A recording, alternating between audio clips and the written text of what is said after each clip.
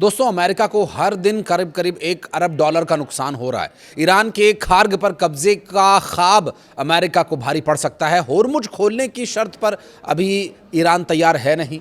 Alireza तंगसीरी की मौत से रणनीति में कोई बदलाव तेहरान करने वाला भी नहीं है और 400 किलो यूरेनियम छीनने की कोशिश को ईरान ने पूरी तरह से नाकाम कर दिया है। और ईरान से थर्राए खाड़ी देशों की गिड़गिड़ाने की नौबत कैसे आ गई, इस पर भी बात करेंगे। नमस्कार, मैं हूं आशीष त्रिपाठी आपके साथ और इन सभी बिंदुओं पर बात करेंगे। वीडियो के अंत तक आप हमारे साथ बने रहिएगा।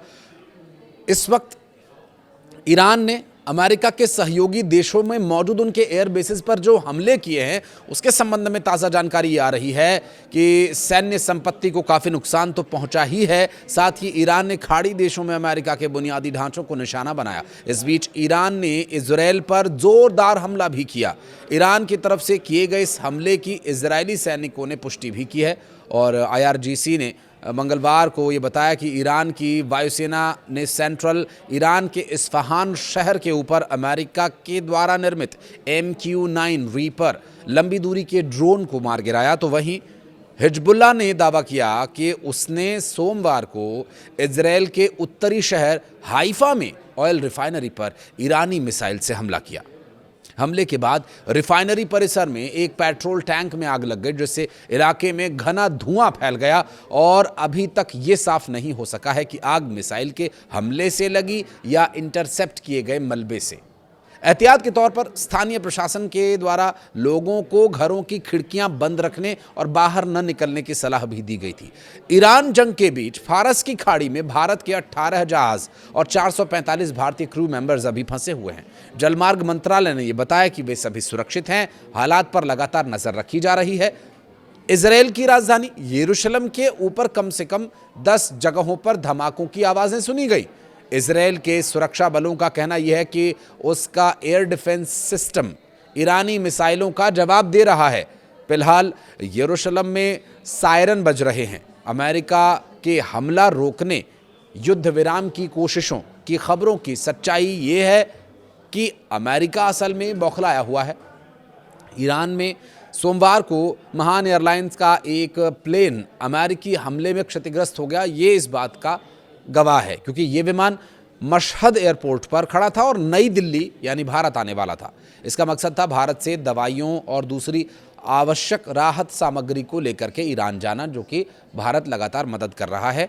हालांकि इस हमले को लेकर अमेरिका की ओर से अभी कोई आधिकारिक पुष्टि भी नहीं की गई है, लेकिन ईरान की तरफ से जो नीति निर्धारक हैं, अगर उनकी तरफ से कोई बयानबाजी नहीं हो रही है तो ये माना जाए कि ईरान के मंत्रालय या प्रवक्ताओं की तरफ से दिए जा रहे ज़रूरी सवालों के जवाब उन्हीं नीति निर्धारकों के जवाब हैं। ईरान को हुए हाल के नुकसान की बात करें तो ईरान की सेना IRGC ने नौसेना कमांडर अलीरेजा तांगसीरी के इजरायली हमले में मारे जाने की पुष्टि की है। और हाल ही में इजरायल ने दावा यह किया था कि होर्मुज स्ट्रेट बंद करने के लिए जिम्मेदार तंगसीरी की मौत हो गई। और ईरानी सेना ने बताया कि इजरायली हमले के बाद गंभीर चोटों की वजह से वो मारे गए, क्योंकि उन चोटों से वो उबर नहीं पाए।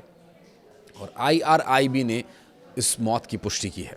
आपको बता दें कि इजरायल के रक्षा मंत्री कार्ड्स ने जानकारी दी थी कि कमांडर को इजरायली सेना के लक्षित ऑपरेशन में मार गिराया गया था।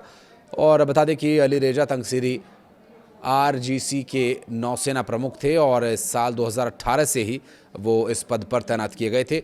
स्ट्रेट ऑफ होर्मुज की सुरक्षा रणनीति का मास्टरमाइंड भी उन्हीं को माना जा रहा था। और ईरान के इस क्षेत्र से, जो होर्मुज की खाड़ी है, यहाँ से जहाज़ों की आवाजाही को रोकने की जो दिमागी उपज थी वो तंगसीरी की ही थी।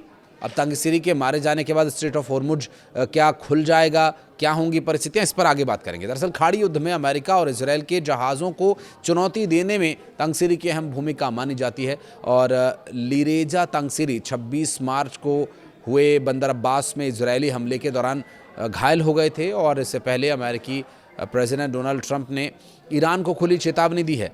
अमेरिकी राष्ट्रपति ने कहा कि अगर ईरान स्ट्रेट ऑफ होर्मुज नहीं खोलता है तो हम इस इलाके को बम से उड़ा देंगे। सोशल मीडिया प्लेटफॉर्म ट्रुथ पर ट्रंप ने यह बयान जारी किया। जबकि अमेरिका को हो रहे नुकसान की यदि बात करें तो अमेरिका के नुकसान की बड़ी वजह कीमती उपकरणों पर ईरान की तरफ से किया गया पलटवार है। इस युद्ध में अमेरिका के 3 F-15E लड़ाकू विमान ध्वस्त हो चुके हैं, जिनमें से हर एयरक्राफ्ट की कीमत करीब $10 करोड़ रही है। अमेरिका का एक F-35A विमान भी इस युद्ध में मार गिराया गया, जिसकी कीमत $8 करोड़ से ज़्यादा है। तो वहीं 1 दर्जन से ज़्यादा MQ-9 रीपर ड्रोन भी हवा में या ज़मीन पर नष्ट कर दिए गए।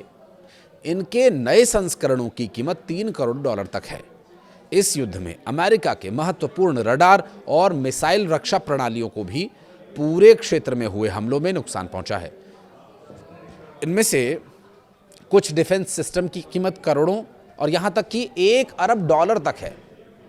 लेकिन मजबूरी ये है कि लड़ाई जारी रखनी पड़ेगी, क्योंकि सऊदी अरब और संयुक्त अरब अमीरात सहित खाड़ी देश राष्ट्रपति ट्रंप से ईरान के खिलाफ सैन्य अभियान जारी रखने का आग्रह कर रहे हैं। अगर ये युद्ध रुका तो ईरान को खाड़ी देशों से निपटने का खुला मौका मिल जाएगा, तो खुला खेल फर्रुखाबादी हो जाएगा। ऐसे में एक और मजबूरी है कि अमेरिका ने हमले रोके तो ईरान के पास पड़ा 400 किलो यूरेनियम, जिसका कि इस्तेमाल करने का यानी परमाणु हथियार बनाने का मौका भी ईरान को मिल सकता है। अमेरिका के प्रेसिडेंट डोनाल्ड ट्रंप ने बार बार कहा है कि ईरान को परमाणु हथियार विकसित करने की अनुमति नहीं दी जानी चाहिए। यही उन चर्चाओं की वजह भी बना जिसमें यूरेनियम के जखीरे को हथियाना शामिल है। लेकिन ऐसी सामग्री जो जब्त करने का प्रयास काफ़ी ज़्यादा कठिन और जोखिम भरा हो सकता है। विशेषज्ञ चेतावनी देते हैं कि ईरान के अंदर लंबे समय तक सैन्य मौजूदगी की ज़रूरत पड़ सकती है और इस वजह से इस क्षेत्र में तनाव बढ़ने और बड़े संघर्ष की संभावनाएं बढ़ जाएंगी। अगर बुनियादी बाजार दरों पर हिसाब लगाया जाए तो 400 किलोग्राम यूरेनियम की कीमत काफ़ी कम लगेगी, लेकिन जब इनके एनरिच्ड रूप को देखते हैं तो इसकी कीमत करोड़ों या यूं कहें कि अरबों डॉलर तक जा सकती है। अंतर्राष्ट्रीय परमाणु ऊर्जा एजेंसी के मुताबिक ये 400 किलो स्टॉक लगभग 10 परमाणु बम बनाने के लिए काफ़ी है और वर्तमान परिस्थितियों में 400 किलो यूरेनियम किसी भी तरह से कब्जाना प्रेसिडेंट ट्रंप के लिए ज़रूरी है। हालांकि इजराइल का ऐसा कोई लक्ष्य नहीं है कि वो ईरान का यूरेनियम कब्जाए या कोई और ज़मीन कब्जाए, लेकिन वो एक अलग विषय है। अमेरिका का इस युद्ध में आना कई मायनों में सिर्फ एक ही उसका लक्ष्य है, वो पावर, पैसा और पोजीशन को बढ़ाना है, मजबूत करना है। इस चक्कर में वो हर रोज़ अरबों डॉलर खर्च करने को तैयार है या यूं कहें कि मजबूर है। कुछ कहना चाहें तो कमेंट सेक्शन में अपनी हाज़िरी ज़रूर लगाइएगा। धन्यवाद।